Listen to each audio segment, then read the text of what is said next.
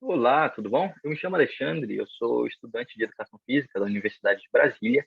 Atualmente eu estou no sexto semestre da graduação e eu estou gravando esse vídeo para começar o meu curso sobre treinamento resistido, a famosa musculação. Eu ainda não sou formado e o objetivo de eu estar gravando isso é para, melhorar a minha didática e, dois, fixar os conteúdos que eu estou aprendendo na faculdade. Portanto, tenha ciência disso e que podem haver eventuais erros nessa conversa. Mas muito disso aqui é conteúdo bom e é aquilo que eu tenho aprendido na faculdade. Então, sem mais delongas, vamos dar início à nossa primeira aula. Vocês vejam minha tela e vamos lá. Treinamento resistido. Esse aqui foi meu professor na graduação, o professor Martim Bottari. Então, vamos falar hoje sobre os princípios básicos do treinamento resistido e a prescrição de exercícios. Primeiro, vamos dar nome aos bois. Treinamento resistido, treinamento de força ou treinamento com pesos vão descrever aqueles exercícios realizados contra alguma resistência. O que pode ser essa resistência? Pode ser o ar, pode ser o peso do próprio corpo, pode ser uma máquina, pode ser um halter, pode ser uma anilha, enfim. Treinamento resistido é isso. No entanto, né, se você quiser ser mais específico, né, de forma mais clara, treinamento de força vai designar principalmente esses treinos que a gente utiliza uma carga mais externa, né, um halter, uma barra e assim por diante. Então, o que é importante a gente saber nesse momento, né? O treinamento efetivo, ele vai promover adaptações tanto no nível neural quanto no nível muscular. Essas adaptações elas vão ocorrer enquanto o treinamento permanecer efetivo, com a periodização certa e com a sobrecarga progressiva específica. E aí, por que as pessoas, né, elas procuram fazer musculação? Por diversos motivos, né? Alguns vão querer melhorar a condição física, outros vão querer mudar a composição corporal, outros vão querer melhorar a saúde, melhorar o desempenho motor, melhorar a aparência, a estética que a pessoa tem, assim por diante. Por isso que é importante você saber o que é que está sendo trabalhado, o que é que seu cliente quer, para que você possa atingir o objetivo específico com mais acurácia, né? Então, vamos aprender principalmente logo sobre essa questão da especificidade, né? Para que uma habilidade do treinamento resistido seja transferida para a vida cotidiana, o treinamento deve ser semelhante ao esforço buscado. Enfim, isso quer dizer que se você está treinando alguém para o futebol, para o voleibol, você deve treinar como você joga, porque as adaptações vão ser específicas naquela direção que está sendo treinada. Mais tarde a gente explica isso um pouco melhor. Então, vamos aprender alguns termos básicos. Primeiro, as ações musculares. O que o músculo ele faz? O músculo ele faz três coisas. Ele faz uma ação muscular concêntrica, que é quando, tá vendo essa bolinha aqui? Ela está subindo e o músculo bíceps, no caso aqui, ele se contrai, ele se encurta para que a bola levante. Quando o músculo se encurta, a gente chama de ação muscular concêntrica. A gente tem também a ação muscular excêntrica, que é quando a bolinha, nesse caso aqui, está baixando. O músculo ele continua contraído, mas ele está alongando. E por fim, a gente tem a ação muscular estática ou isométrica, que é quando o músculo ele se movimenta, ele se contrai, mas não há ausência, mas não há movimento nenhum. O músculo está parado. Ele está apenas segurando a bolinha, está apenas segurando alguma coisa, mas não há movimento. Então, vamos aprender o que é repetição. Repetição é um movimento completo de um exercício. Você faz a ação concêntrica e excêntrica, pronto, fez uma repetição. Levantou a bolinha, abaixou a bolinha, uma repetição. Série. Série é um conjunto dessas repetições, geralmente sem interrupção ou sem descanso. Geralmente, na musculação, nós trabalhamos com uma faixa de 4 a 20 repetições. Você não vai ver ninguém prescrevendo, faça 50 repetições aqui, ou faça 2 repetições. Não, essa é a faixa que a gente geralmente utiliza. Vamos ser introduzidos ao conceito de repetição máxima. Repetição máxima é um número que você coloca de repetições máximas dentro de um exercício. Digamos que você está fazendo a rosca direta, né? Que é aquela barra que você faz a flexão de cotovelo. Você quer colocar 10 repetições máximas dentro desse exercício, você vai colocar o número de 10 RM. Isso deve ser realizado com a técnica correta, com a amplitude correta nos movimentos. Além da repetição máxima, a gente tem também a zona de treino por repetição. O que é isso, né? é o intervalo de repetições que você vai buscar. Geralmente você pode fazer de 8 a 10 repetições, de 3 a 6, de 4 a 6 repetições. E por que que a gente usa isso, né? Há dias que a pessoa está mais cansada, há dias que a pessoa não dormiu bem, está estressada, que se alimentou mal. Então ela vai estar com menos força nesse dia. Então, você pode fazer uma amplitude de execução de movimento, de repetições, um pouco maior, para que possa abarcar esses dias mais fracos. Entanto, um dia ela está muito motivada, comeu muito bem, ela pode fazer mais? Vai fazer mais. Então, a gente, às vezes, prescreve a zona por treino, a zona de treino por repetição. Tranquilo? Vamos ao próximo conceito. Potência. Potência é taxa de realização de trabalho. Se você faz o movimento mais rápido, você faz o trabalho de forma mais rápida, você aumenta a potência. Então, a gente tem a carga, ou seja, vamos dizer que você está fazendo uma barra de 10 quilos na rosca direta. E você tem a distância que você percorre essa barra dividida pelo tempo. Se você faz esse movimento mais rápido, você tem um aumento de potência. Se você faz um aumento da carga e faz no mesmo tempo que fazia com a carga menor, também houve um aumento de potência. Se você faz uma distância maior com a mesma carga, no mesmo tempo, você também teve um aumento de potência. Tá bom? Vamos agora ao conceito de força máxima. Força máxima é a quantidade máxima de força que o músculo desenvolve no tempo em um padrão de movimento. Você está fazendo supino lá e você consegue fazer uma repetição com 100 quilos. Aí você bota 102, não vai mais. Achou sua força máxima, é 100 quilos. Próxima. O que são ações musculares voluntárias máximas? Bem, isso é o que é popularmente conhecido como falha muscular. Quando falam você tem que ir até a falha, são as ações musculares voluntárias máximas. Significa que você vai realizar a série até você não conseguir mais realizar a ação muscular. Geralmente, a gente busca a falha concêntrica, que é a falha quando o músculo está se encurtando. E isso é importante porque a busca, né, da falha muscular é eficiente para o aumento de força, para o aumento de potência e para o aumento da resistência muscular localizada. Tranquilo? E, pois bem, e um detalhe, né? É sim possível ter ganhos de força, né, hipertrofia, sem a realização de séries até a falha. No entanto, não se sabe exatamente o quanto distante da falha a gente pode ficar, por isso que é sempre interessante estar buscando a falha nos nossos treinamentos. Vamos agora ao próximo conceito, que é intensidade. Dentro dos exercícios aeróbicos, uma corrida, né, uma natação mais longa, a intensidade é baseada na frequência cardíaca, um dos meios de você basear ela. Já na musculação, no treinamento de força, a gente utiliza a porcentagem de 1 RM. Vamos dizer que você carrega 100 quilos no supino. O seu 1 RM é 100 quilos. Agora você quer fazer um exercício a 80% de 1 RM, você vai fazer 80 quilos de repente. Então, a intensidade mínima para ganhos de força é 60%, 65% de 1 RM, e a quantidade ideal, né, para você ganhar força, eu estou falando de força, é 80% de 1 RM, tranquilo? Já se você abaixa muito a intensidade, né, abaixo desses valores de 60% que eu te falei, os ganhos vão ser muito pequenos, ou meio mesmo. Então, preste atenção nisso, né? Enfim, para treinos de potência muscular, é interessante que você faça um treino entre 30% e 40% da tua repetição máxima. Tranquilo? E olha aqui uma demonstração sobre por que não dá para usar a frequência cardíaca como fator para saber a intensidade do treino de força. Observa só esse gráfico. O indivíduo aqui está fazendo 50%, 70% e 80% de 1 RM, mas percebam que a faixa de frequência cardíaca é muito parecida. Não tem como a gente diferenciar nele. E o 100%, né? O 1 RM dele, a frequência cardíaca é baixíssima, né? Então, muito diferente quando a gente está tratando de treinamento de força.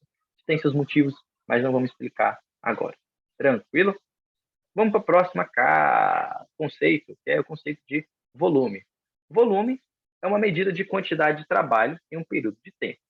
E aí você pode calcular o volume por uma série de questões. Você pode usar a duração, que é a quantidade que está durando, né, aquela sessão de treinamento, a frequência, que é quantas vezes você faz um período de tempo, o número de séries, de repetições, o número da carga, na variação com os exercícios. E aí você pode calcular o volume de diversas formas. Eu vou contar a minha forma preferida. Mas, ó, você pode fazer, por exemplo, calcular com o número de séries por semana, ou por mês, ou por semestre, não sei. Por exemplo, digamos que o indivíduo está fazendo para peitoral 5 exercícios com 3 séries de 10 repetições. Então, a gente sabe aqui que as séries semanais dele são 15. Ele quer duplicar o volume? Vamos aumentar isso para 30? Então, vamos aumentar isso para 45? Você aumenta o volume. Outra forma de calcular o volume é pela quantidade de peso. Né? Você está fazendo 10 quilos de 12 repetições na rosca direta, por exemplo. Aí você está tendo um volume de 120 quilos. Você pode aumentar, ou aumentando a quantidade de repetições na série, né, fazendo mais séries, ou aumentando a carga. Tem uma outra fórmula aqui, que é o cálculo do trabalho total realizado, que você pode calcular o volume com o peso do equipamento, em vezes a distância que você está percorrendo, né? Fica um pouco mais difícil pela questão da distância.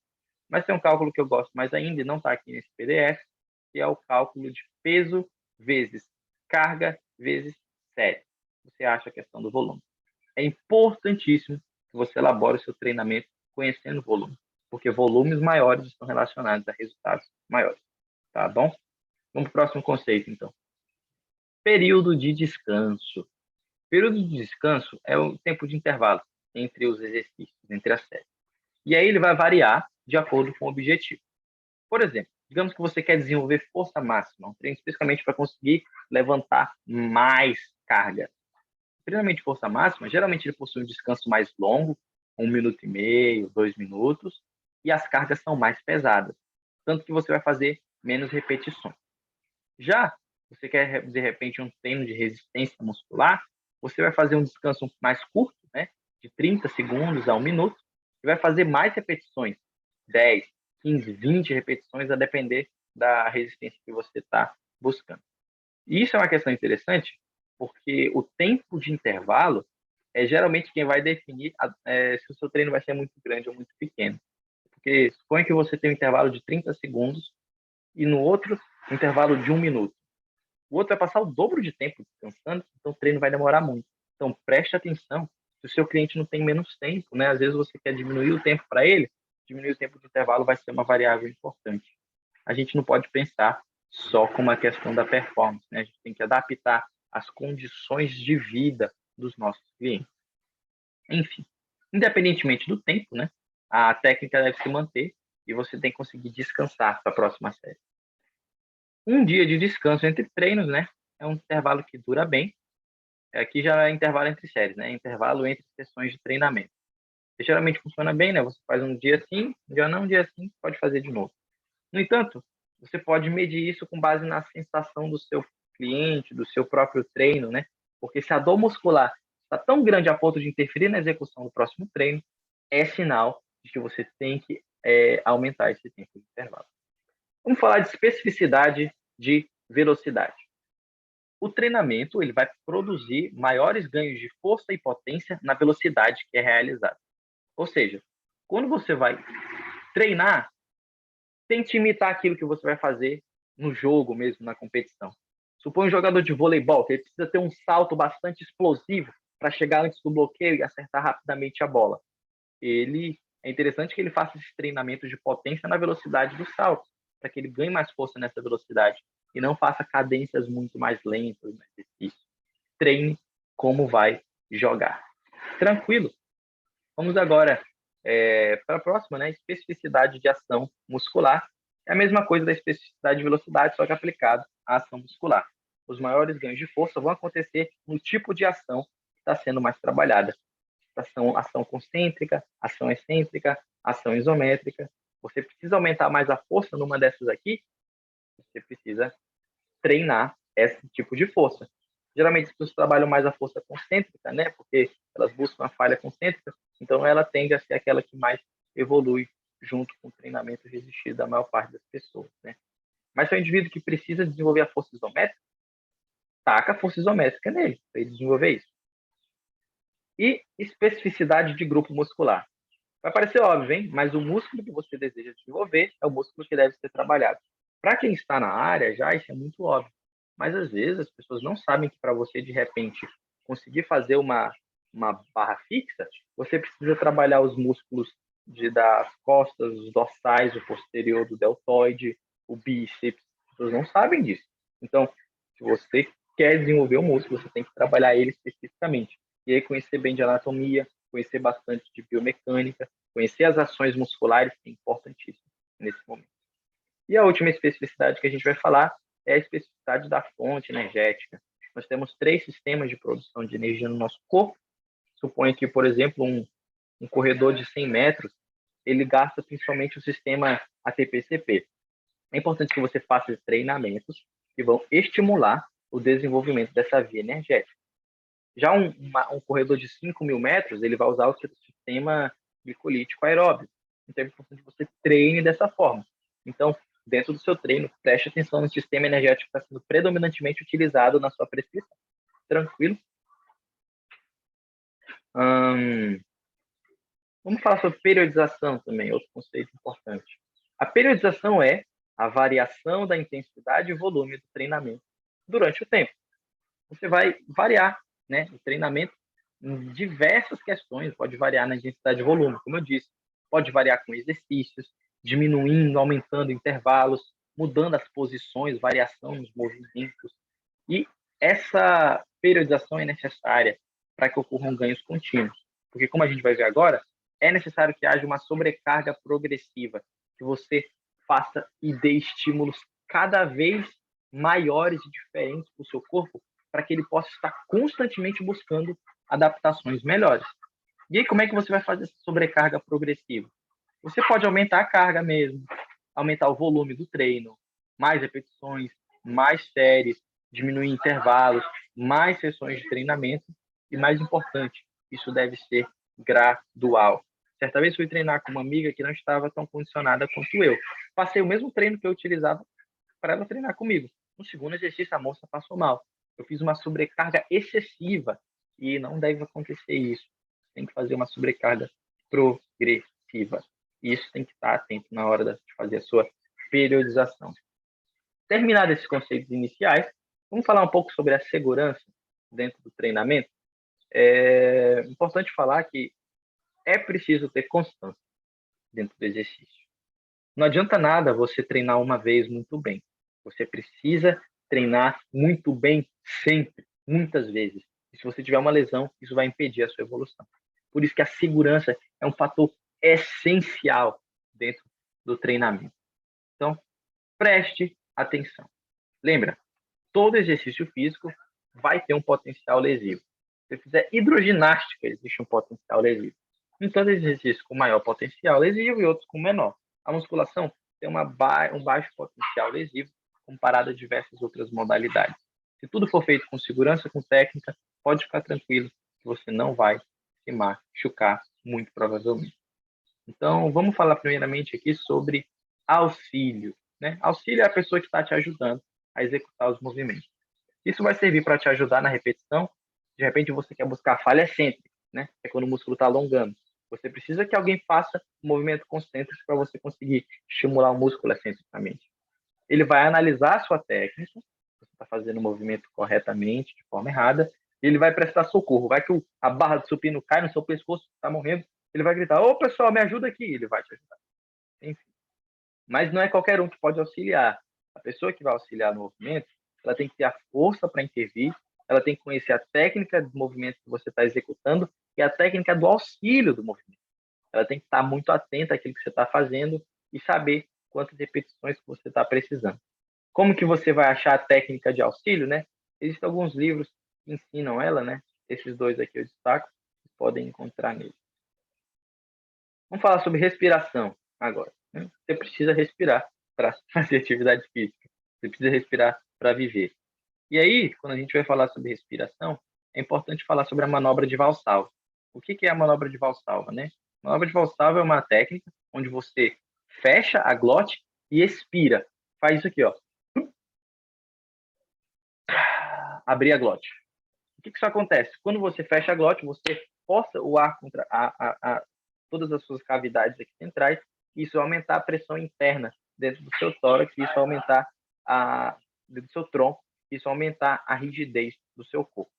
No entanto, tome muito cuidado, porque isso aumenta a pressão arterial de quem está fazendo. Então, se você tem, de repente, se você é cardíaco, ou tem um cliente cardíaco, isso vai ser um empecilho. E também não é interessante que você dê esse trabalho ao seu coração todas as vezes que você está fazendo. Usar quando você está fazendo um teste de um RM, por exemplo, pode ser interessante, mas sempre tome muito cuidado.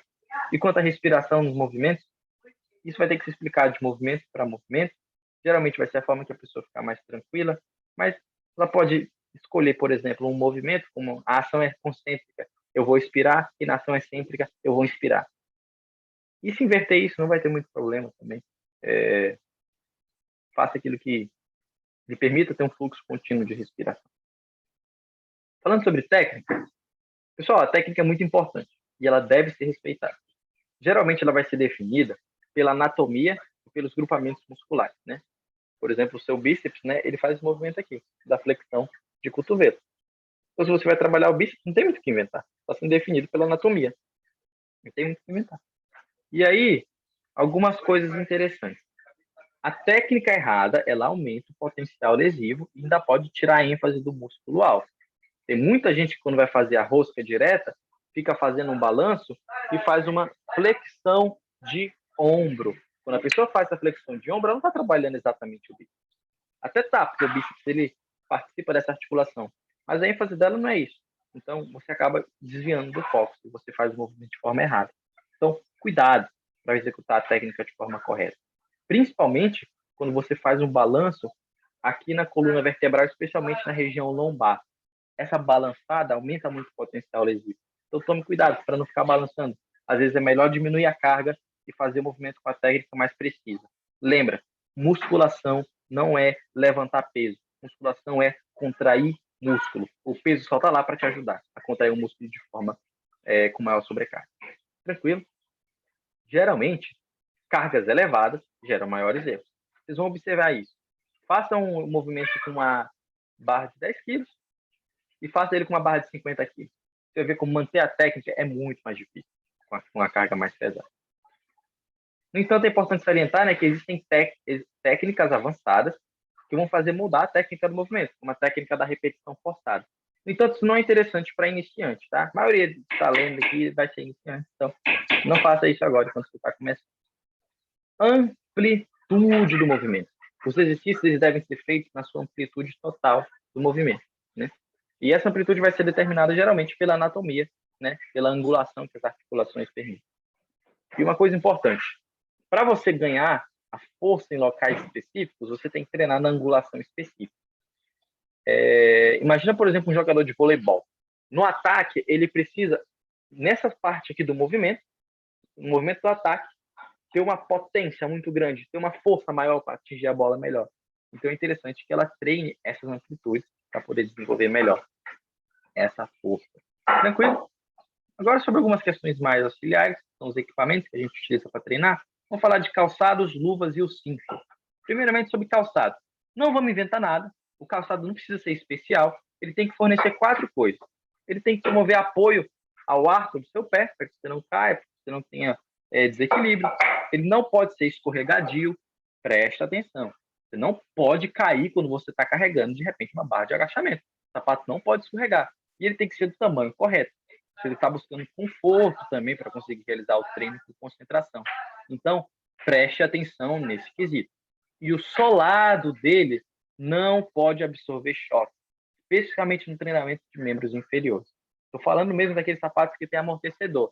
Para corrida, é outra história. Mas como a gente está falando de musculação, é interessante que você não use aqueles sapatos com solados para membros inferiores, porque eles absorvem o choque. Então, eles dividem um pouco da força que deveria estar sendo imprimida lá em cima no músculo que você está trabalhando. Então, esqueça um pouco isso aí, tá bom? Sobre luvas, não tenho o que inventar. Elas vão proteger tua mão dos calos, das bolhas, dos arranhões, mas não é necessário. A minha mão mesmo, ela é cheia de bolhas aqui, porque eu não uso luvas no treinamento. Já sobre cintos, cinto é uma coisa delicada, tem muita gente que usa o cinto, e presta atenção. Ele vai aumentar a pressão intraabdominal. Ele vai fechar essa região e vai aumentar a pressão. Esse aumento de pressão permite um maior suporte às vértebras, né, se manterem na posição ereta. No entanto, você não deve usar o cinto se você tem um core fraco. Trabalhe o core, os músculos abdominais, lombares, os glúteos, trabalhe os flexores do quadril, porque isso é importante. O cinto não pode substituir isso. O cinto vai te ajudar em outras questões.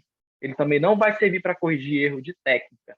Tranquilo? Se você não sabe fazer o movimento corretamente, aprenda a fazer ele com cargas mais baixas antes de você pensar em aumentar. E ele pode ser usado naqueles movimentos que vão estressar muito a sua lombar. Por exemplo, um agachamento livre, um levantamento terra. Eles estressam a lombar e você pode usar ele. Mas ó, não use se você tem técnica errada, não use se você está querendo substituir um seu core que está fraco. Ele não vai ser obrigatório, ele vai ser utilizado geralmente para calcular um RM, para fazer cargas muito elevadas. E se você vai fazer, de repente, um treino aeróbico, uma corrida, se você vai fazer um treinamento de bíceps, não precisa usar assim. Qual a necessidade? Guarde, deixe em casa, gaste não. E lembra, o cinto ele pode aumentar o potencial lesivo. Não especificamente por causa dele, mas por causa do atleta que está fazendo, porque ele pode superestimar a força que ele consegue ter. Então, ele consegue, de repente, 100 quilos no agachamento. Ele bota o cinto, ele fala, não, aguento 130. Ele bota 130, vai destruir a coluna. Não é interessante ter isso, tá bom? E, por fim, questão de manutenção dos equipamentos. Isso é mais para quem trabalha com academia, né? Querido, ninguém pode se machucar por erro de manutenção, tá bom? Então, cheque sempre as polias, os cabos, os cintos, se os pesos livres estão quebrados, desinfete sempre o estofamento, vê se ele não está rasgado, as barras não podem machucar as mãos, e o equipamento que está quebrado deve ser sempre sinalizado, tá bem? Era isso, meus queridos. Essa foi a primeira aula sobre alguns conceitos gerais e sobre o treinamento de força. Espero que você tenha gostado. Nas próximas aulas a gente continua explicando um pouco mais sobre a musculação, que é esse esporte que a gente gosta tanto e promove tantos benefícios à saúde, à vida humana. É isso aí. Um abraço. Até a próxima.